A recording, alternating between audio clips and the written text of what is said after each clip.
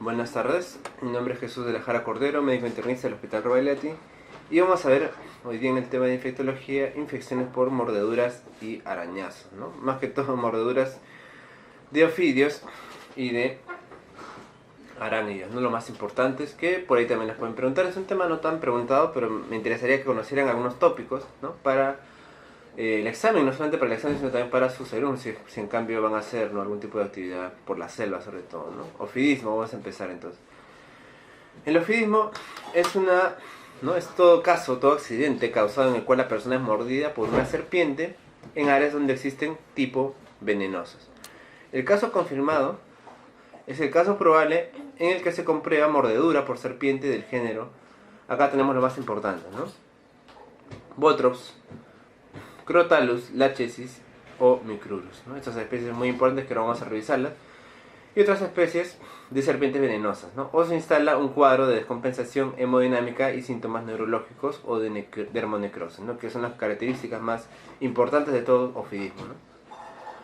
Vamos a empezar ahora a revisar los principales accidentes, ¿no? Tenemos el accidente botrópico causado por el famoso Botrops atrox, también llamado jergón, ¿no?, en Amazonía, o el Botrops vilaneatus, también llamado el loromachaco.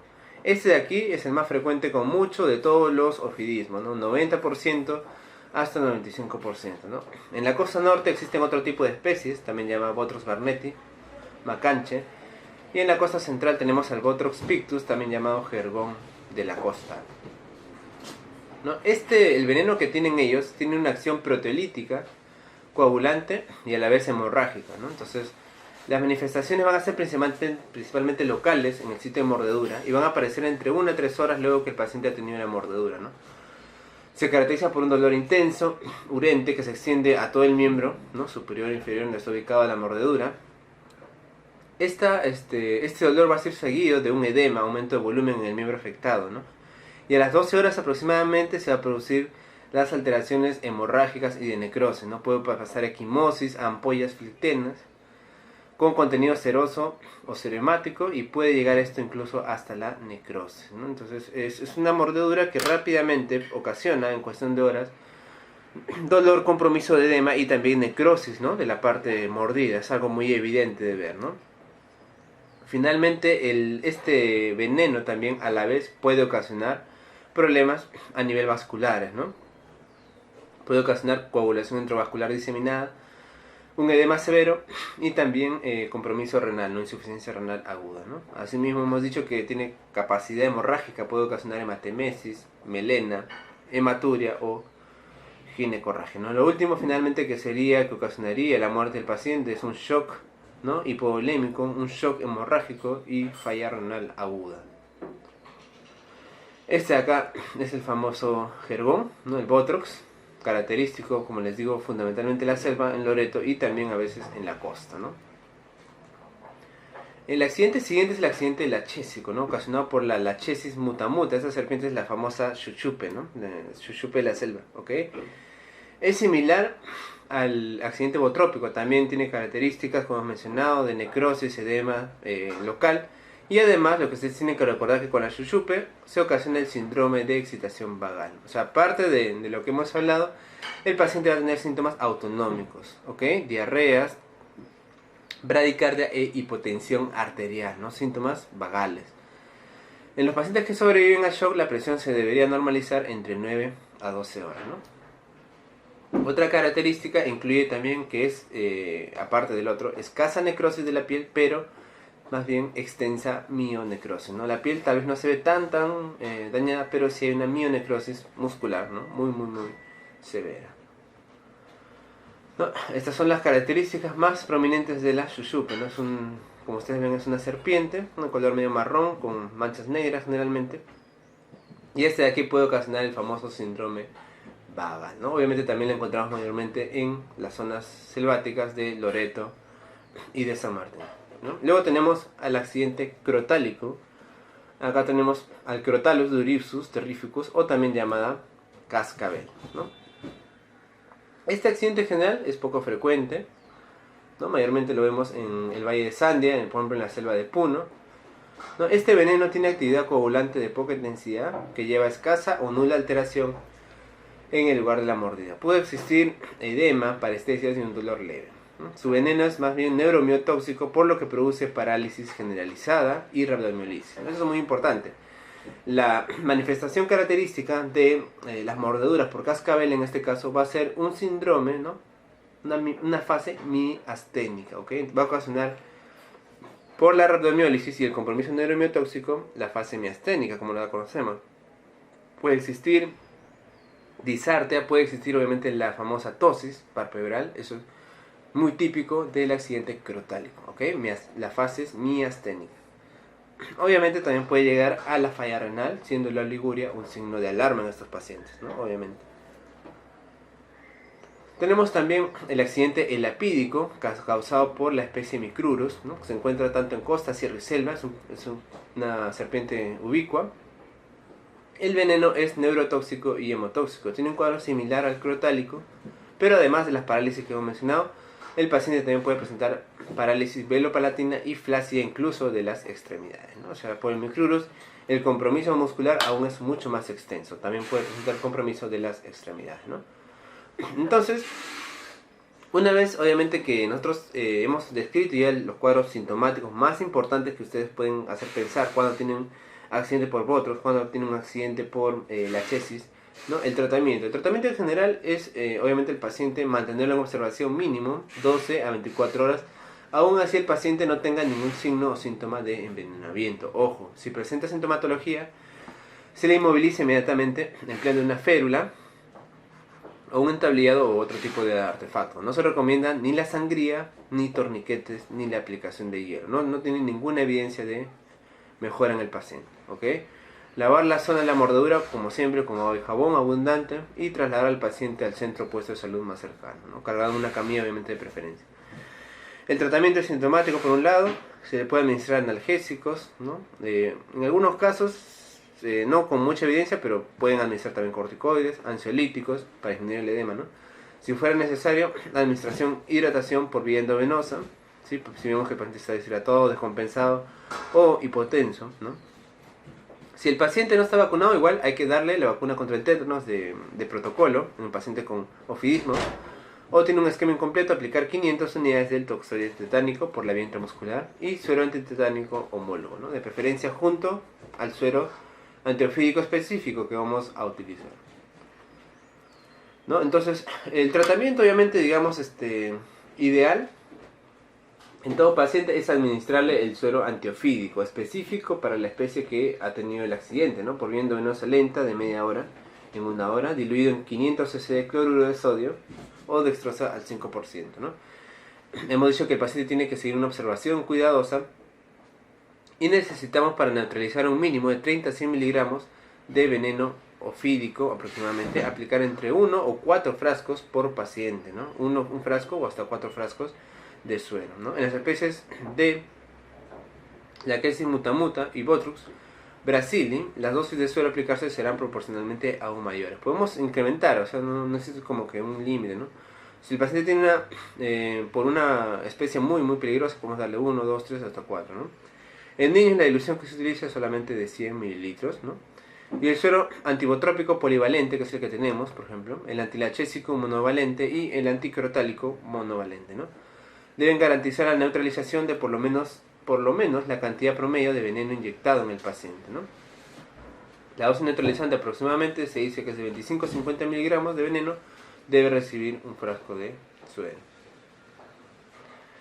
Muy bien, ha sido un gusto revisar ofidismo, nos encontramos en otra oportunidad. Ahora vamos a revisar el tema del oxocelismo, ¿no? Mordedura por la araña Loxoceles, del género Loxoceles. Esta Loxoceles laeta es también llamada la araña violinista, ¿no? Y la Loxoceles reclusa tenemos también la araña parda, ¿no? Medio marrón. Son artrópodos de hábitos nocturnos, ¿no? Son arañas que normalmente en la noche tienen su actividad, obviamente, de mordedura. Están distribuidos ampliamente, ¿no? Acá tenemos obviamente en Latinoamérica, en Perú, Chile, Argentina, Uruguay y Paraguay, ¿no? Mayormente viven en el interior de la casa, por eso también al género Loxoceles se le llama la araña de la casa, ¿no? Mordedura por araña de la casa, ¿ok? Viven mayormente en las casas, 86,6% de casos, ¿no? Y mayormente actúan en primavera y verano. ¿no? Este agente causal, miren ustedes, pertenece al reino Animalia.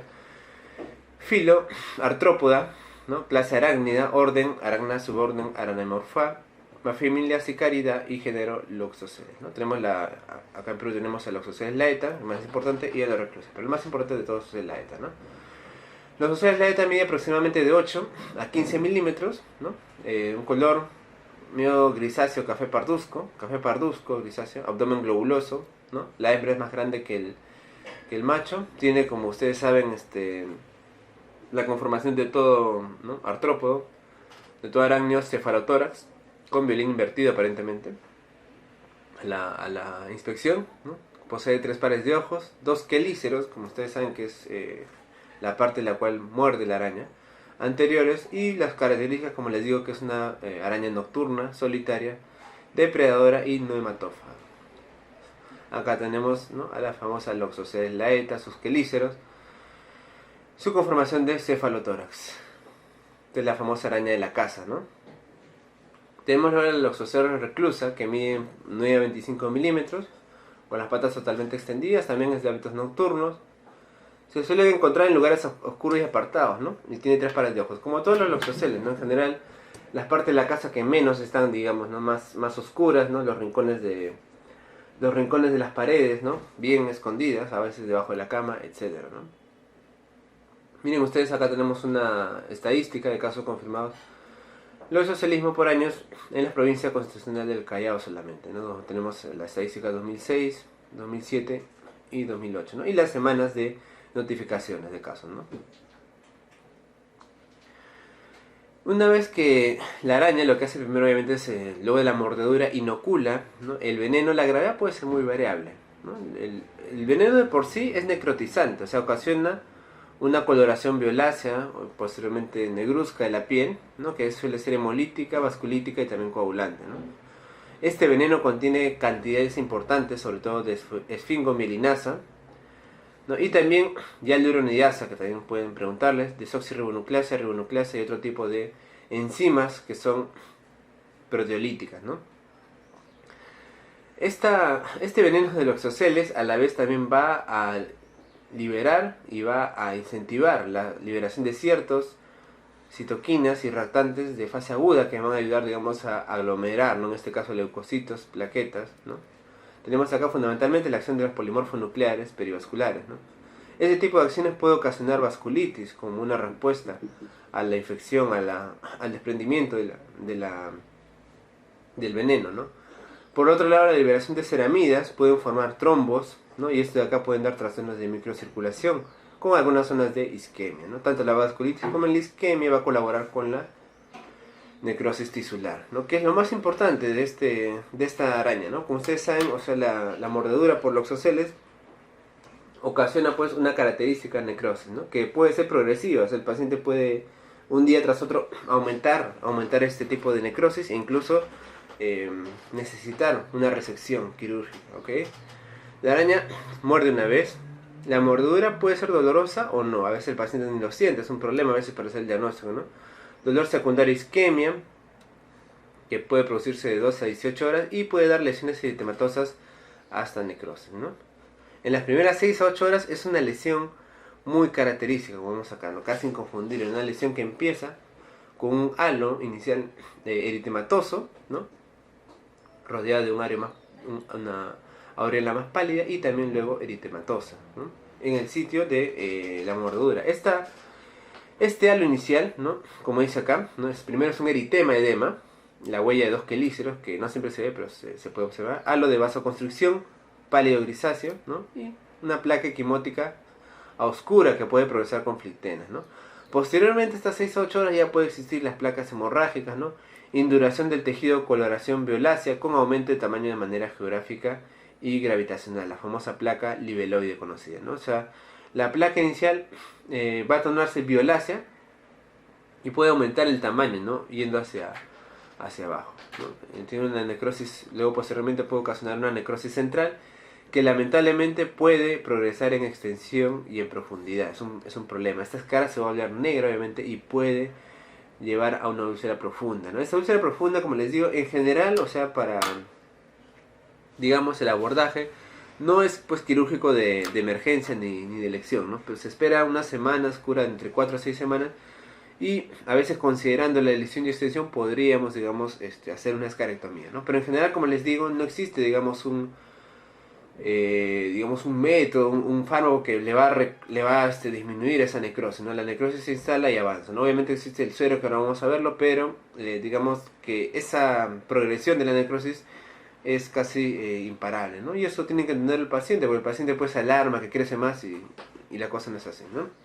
Entonces, como dice acá, este es un cuadro en cuanto a las manifestaciones del oxocelismo. Inicialmente en las primeras 6 horas puede existir un dolor local, la huella que hemos hablado, un edema sin fobia, ¿no?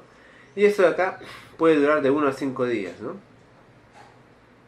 Pero en las primeras 24 horas podría ocurrir ya la equimosis violácea, ¿no? La famosa placa libeloide, que como hemos dicho puede durar semanas en instalarse todavía, ¿no? En desaparecer. Una induración, eritema, fiebre, que suelen ser pasajeros, y un exantema generalizado incluso, ¿no? En las primeras 48 horas ya puede aparecer las famosas flictenas y ampollas y la necrosis central, ¿no? La que hemos hablado. Esa necrosis central puede ser acompañada de la placa violácea que ha ido incrementándose, ¿no? Y puede persistir varias semanas, ¿no? En la primera semana, como digo, ya podemos considerar en todo caso si la escara es necrótica profunda, ¿no? Que puede requerir la intervención quirúrgica, escarectomía, ¿no? En las 2 semanas subsiguientes debe realizarse, ¿no?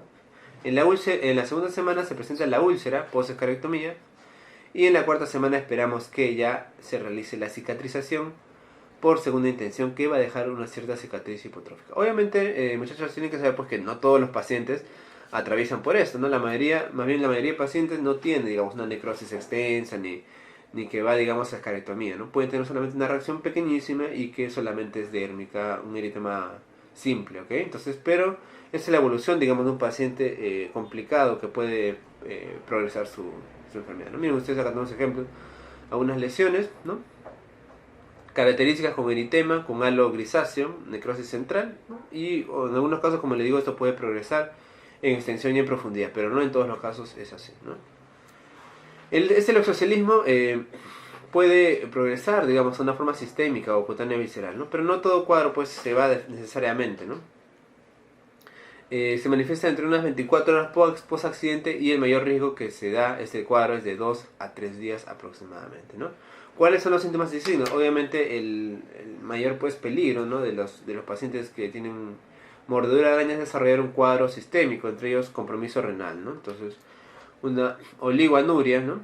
Oligoanuria, que es lo más importante quizás, ¿no? Que lo puede ocasionar, sí, ¿no? Una falla renal y la muerte, pues no, si no se hace nada, ¿no? Una coluria, fiebre, ictericia, trastorno del sensorio, ¿no? Irritabilidad, sopor, sudoración profusa, hiporexia, disnea, náuseas, vómitos y lo peor que puede pasar un shock, ¿no?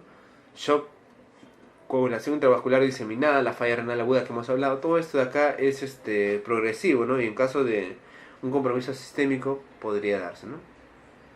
Tenemos algunos exámenes importantes que nos pueden hacer pensar que el paciente, por lo que hemos manifestado, puede ir a ese tipo de alteraciones, ¿no?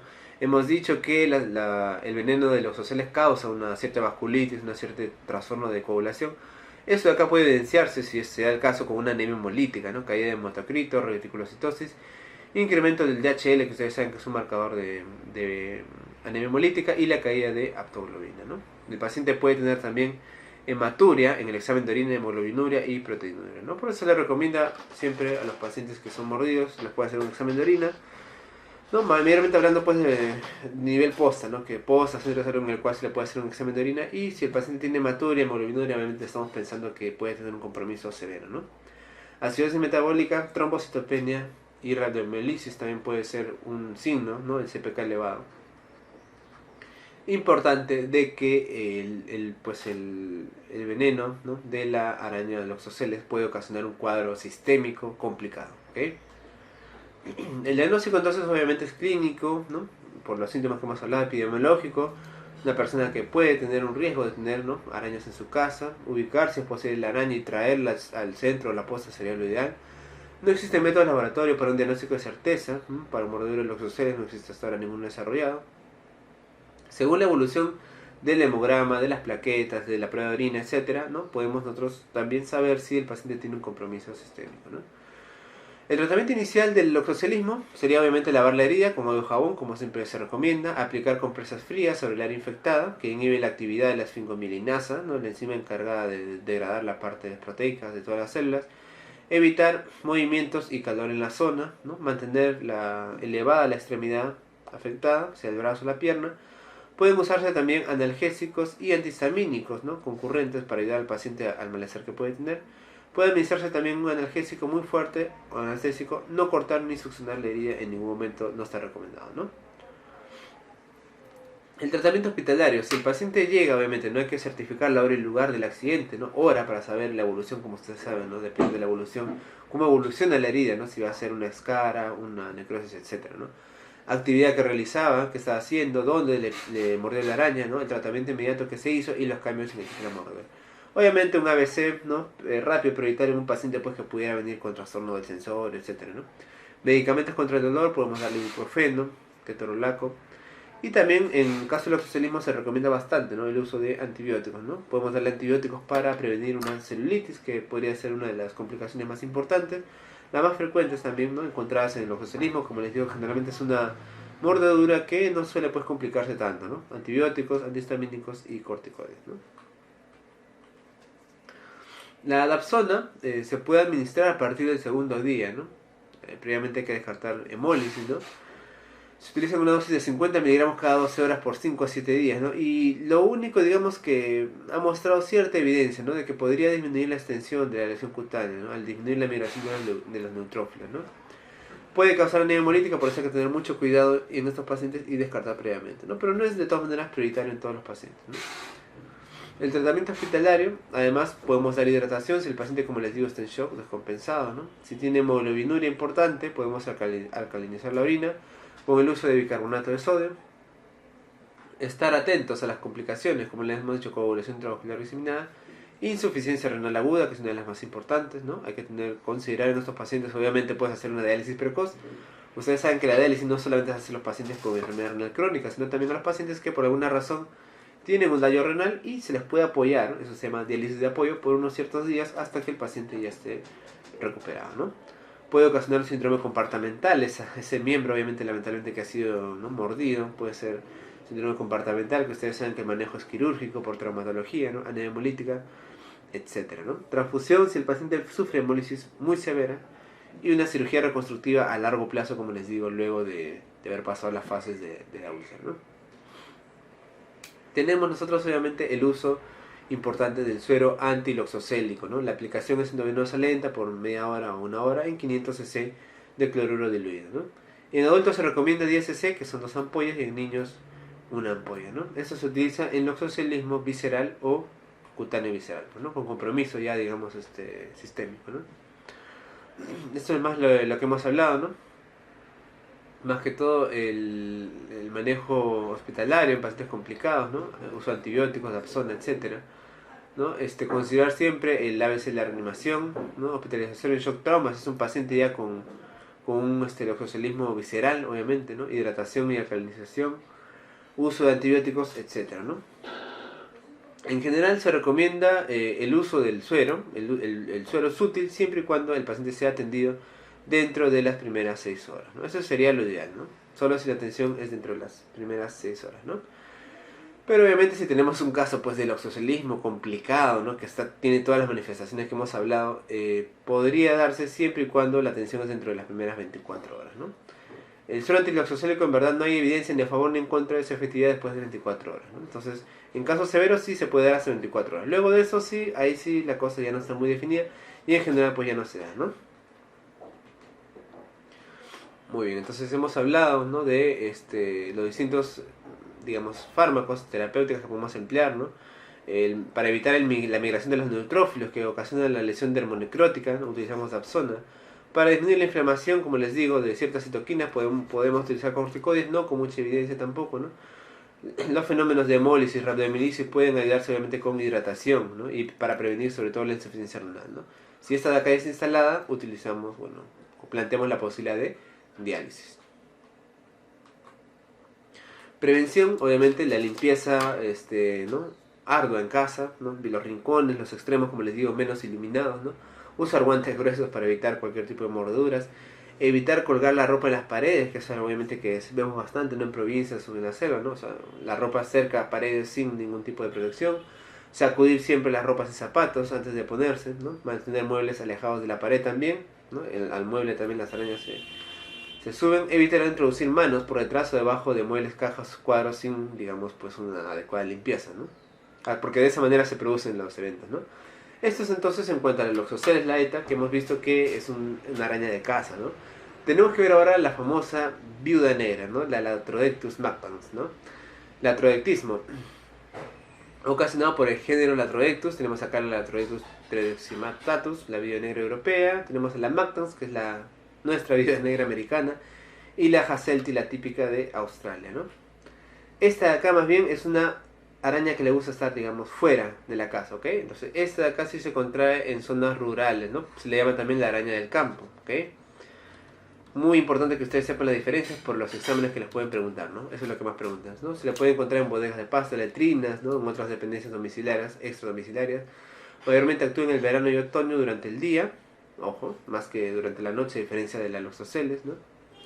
El 70% ocurre en las faenas agrícolas, por eso les digo, ¿no? Salen los campesinos al campo, ¿no? A hacer sus faenas, y en ese lapso, en el día, ocurre eso, ¿no? También se le llama la araña del trigo, otra de sus sobrenombres, ¿no? Más frecuente, obviamente, en hombres, ¿no? En hombres jóvenes que van a cultivar, ¿no? Este agente causal, el Latrodectus, pertenece, como sabemos, al filo artrópodo, clase arácnida, orden Aranae, familia Pterididae, y género Latrodectus, ¿no? Tenemos la más importante, la Latrodectus mactans, que es la americana, ¿no?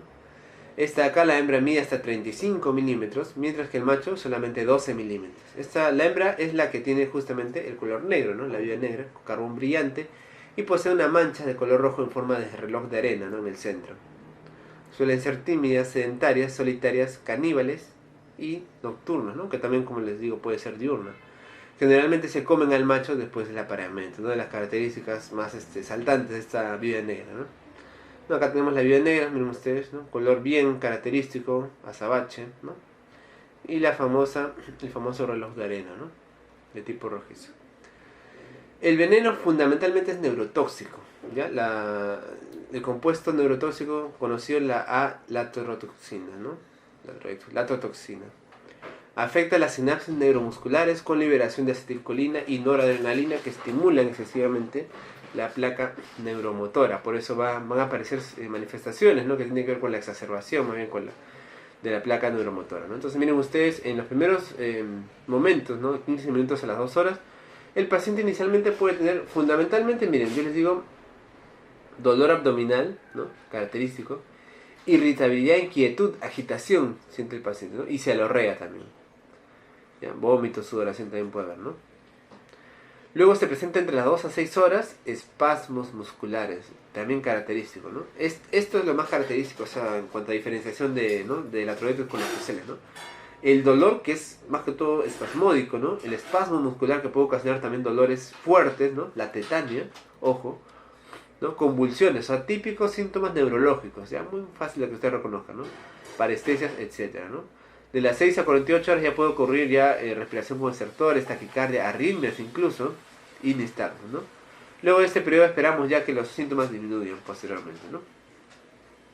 Residualmente el paciente, o sea, luego de superado el cuadro, si el paciente mejora, puede tener algunas manifestaciones residuales neurológicas, por ejemplo, espasmos musculares, hormigueo en cara y extremidades, incluso nerviosismo, ¿no?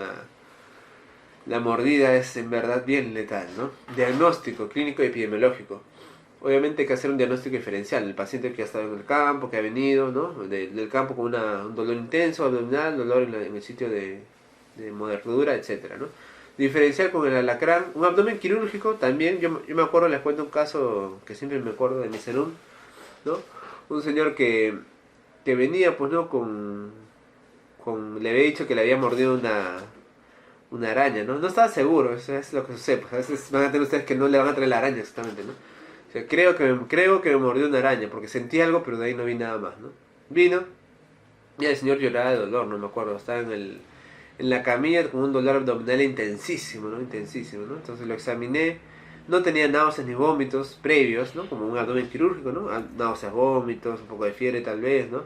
Una localización del dolor característico, ¿no? No, el señor no tenía eso, tenía un dolor generalizado, pero abdominal muy fuerte, muy intenso, ¿no? Entonces, es un diagnóstico diferencial importante, ¿no? Tú lo examinas bien, obviamente el antecedente epidemiológico, que era una persona sana también previamente, y pues me acuerdo pues que a pesar del dolor intenso que tenía, pues le dije, pues tranquilo, ¿no? Te vas a salvar. Y efectivamente, pues no todo fue bien, ¿no? Pero la familia pues pensaba que podía hacer otra cosa, ¿no? Abdomen quirúrgico. Infarto a miocardio también, obviamente un diagnóstico diferencial, síndrome coronario agudo. Obviamente, como les digo, pues tiene que estar el antecedente que el paciente ha salido, el paciente que trabaja en el campo, ¿no? Tratamiento, igualmente el ABC siempre, ver que todo esté bien, despierto, la vía respiratoria permeable, etcétera, ¿no? Hidratarlo, también monitorización cardiovascular, analgesia y sedación, ¿no? Si es el caso que necesita una analgesia potente, ¿no? O sedación, ¿no?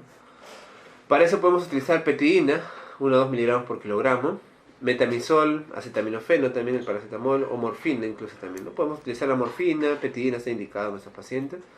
Relajantes musculares, tenemos el metocarbamol o el famoso diazepam también, ¿no? El diazepam benzodiazepínico que podemos usarlo sin problemas para también relajar, ¿no? Un músculo, relajante muscular. Antihipertensivos solo condicionales, podemos utilizar nifedipinos, nitroprusiato, antibióticos, derivados betalactámicos si requiere el caso, ¿no? Para prevención de infecciones, y también, importantísimo, utilizar el gluconato de calcio, ¿no? El gluconato de calcio se utiliza sobre todo por los efectos que puede tener a nivel cardiovascular, ¿no? 1-2 cc por kilogramo aproximadamente, ¿no? Sin pasar de 10 cc máximo, ¿no? Sin pasar de 10 cc máximo. 10 cc la dosis convencional. Y vigilar la frecuencia cardíaca. Protección antitetánica según el esquema si el paciente pues no tiene ningún tipo de vacuna previa, ¿no? Entonces, más que todo es el tratamiento, ¿no?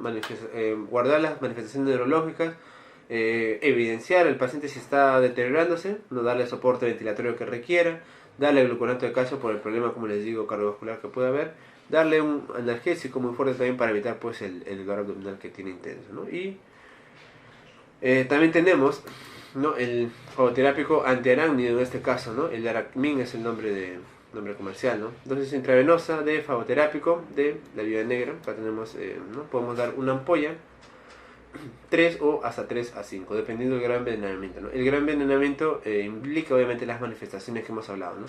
Paciente que tiene manifestaciones neurológicas, convulsiones, compromiso respiratorio, ¿no? Dolor abdominal intenso, obviamente podemos utilizar de 1 a 3 hasta 5, ¿no? Cada hora se puede valorar, y después de cada 2 a 4 horas, según la evolución del paciente, podemos valorar el uso de más favoterápico. El pronóstico es reservado, aunque generalmente es bueno, ¿no? De reservado a malo en pacientes, sobre todo ancianos, los extremos de la vida, y niños, ¿no? Muerte en 6% de los casos. Obviamente es es mucho, ¿no? más peligroso obviamente que la loxosceles, ¿no? Prevención, uso de insecticidas en viviendas rurales infestadas, educación en prevención del accidente laboral, ¿no? Educación a la comunidad, y quemar los pastizales como una medida, digamos, de erradicar latrodictos en casos ya muy especiales, ¿no? Muy bien, acá concluimos el tema. Muchas gracias por su atención.